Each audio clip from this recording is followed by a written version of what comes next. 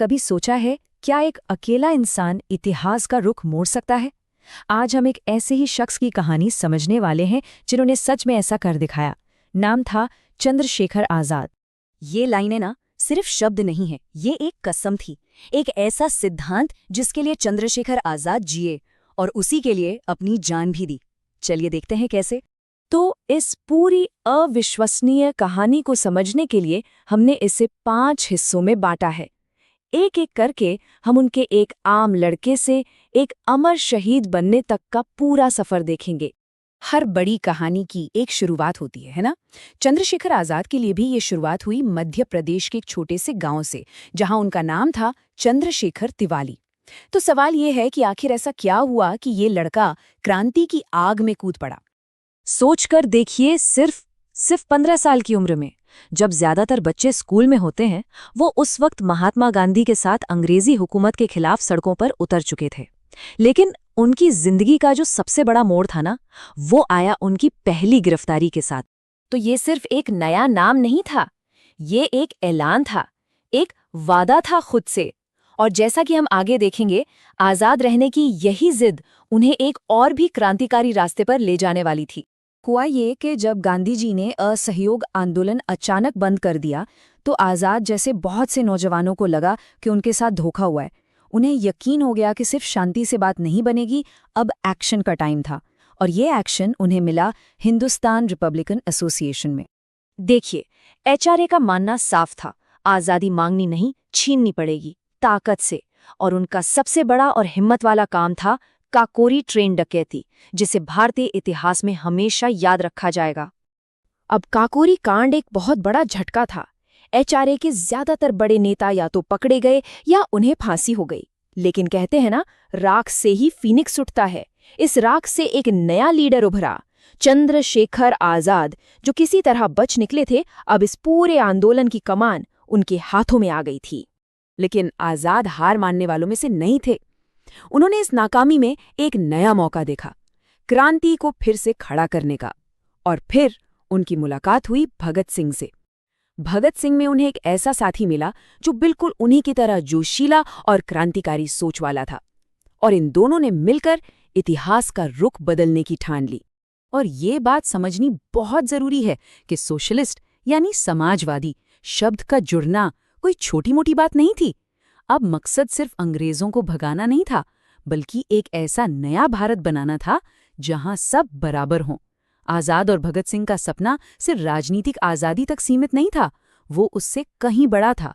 तो अब इस नए नाम और नए मकसद के साथ एचएसआरए ने ब्रिटिश साम्राज्य की नींव हिला दी। चाहे वो लाला लाजपत राय की मौत का बदला लेना हो या फिर गलत कानूनों के खिलाफ सेंट्रल असेंबली में बम फेंकना, उनके हर काम में हिम्मत थी, एक ड्रामा था और वो भुलाए नहीं जा सकते थे। और इन सभी हिम्मत भरे कामों के बीचों बीच कौन थे? खुद चंद्रशेखर आजाद। वो सिर्फ प्लान बनाने वाले लीडर नहीं थे, वो मैदान में उतरकर लड़ने वाले योद्धा थे। उनकी निशानेबाजी के तो किस्से मशहूर थे, और उनकी एक भरोसेमंद पिस्तौल थी जिसे वो बड़े प्यार से बमतुल बुखारा बुलाते थे। सालों तक आजाद एक साए की तरह रहे, ब्रिटिश पुलिस के लिए एक पहेली। वो हमेशा पुलिस से एक कदम आगे रहते थे, एक ऐसी कहानी बन गए थे जिन्हें कोई पकड़ ही नहीं सकता था। लेकिन हर कहानी का एक अंत तो होता है, और आजाद की कहानी का अंत लिखा था इलाहाबाद के एक पार्क में। तारीख थी 27 फरवरी 1931। ये तारीख जरूर याद रखिएगा, क्योंकि ये इतिहास में धोखे और बहादुरी दोनों के लिए जानी जाती है। इलाहाबाद का एल्फ्रेड पार्क, यहीं पर एक मुखबिर की वजह से अंग्रेज पुलिस ने भारत के सबसे बड़े क्रांतिकारी को चारों तरफ से घेर लिया था। जरा उस सीन को इमेजिन कीजिए। आजाद अकेले एक पेड़ के पीछे, चारों तरफ से गोलियों की बौछार हो रही है। वो जख्मी हैं, गोलियां लगभग खत्म हो चुकी हैं। उन्हें पता है यहां से बचकर निकलना अब नामुमकिन है।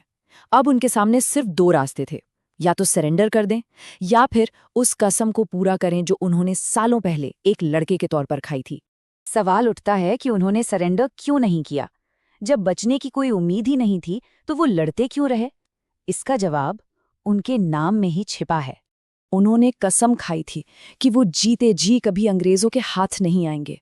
और अपने आखिरी पल में, जब पिस्तौल में सिर्फ एक गोली बची थी, उन्होंने अपना वो वादा निभाया। चंद्रशेखर आजाद अपनी शर्तों पर जिए और अपनी शर्तों पर ही मरे। अंत तक आजाद ही रहे। उस पार्क में गोलियों की आवाज तो थम गई, लेकिन आजाद की कहानी, वो तो असल में अब शुरू हो रही थी। अपनी मौत के बाद वो सिर्फ एक इंसान नहीं रहे, वो बन गए हिम्मत और बगावत की एक अमर निशानी। और जो बात सबसे ज्यादा हैरान करती है वो ये है कि उस वक्त उनकी उम्र सिर्फ 24 साल थी। सिर्फ 24 साल। इतनी कम उम्र में खत्म हुई एक जिंदगी हमें हमेशा याद दिलाती है कि भारत की आज़ादी की लड़ाई नौजवानों के खून और बलिदान से ही जीती गई थी। और आज वही जगह जहां उन्होंने अपनी आखिरी सांस ली, उनकी विरासत का सबसे बड़ा सबूत है। जो पार्क कभी अंग्रेजी हुकूमत की निशानी एल्फ्रेड पार्क कहलाता था, अब वो चंद्रशेखर आजाद पार्क के नाम से जाना जाता है। ये सिर्फ नाम का बदलाव नहीं है, ये भारत की आज़ादी के पूरे सफर का प्रतीक है। तो चलिए एक बार जल्दी से उन जरूरी बातों पर नजर डाल लेते हैं जो किसी भी एग्जाम के लिए बहुत काम की हैं। इस टेबल में आजाद के सफर के सबसे अहम पड़ाव हैं चंद्रशेखर तिवारी से आजाद बनने से लेकर एक शहीद के तौर पर उनकी शहादत तक। और आखिर में आजाद की कहानी हमारे सामने एक बड़ा सवाल छोड़ जाती है। आज की दुनिया में जहां आज़ादी के मतलब बदल गए हैं, वहां किसी भी कीमत पर आज़ाद रहने की उनकी वो कसम हमारे लिए क्या मायने रखती है?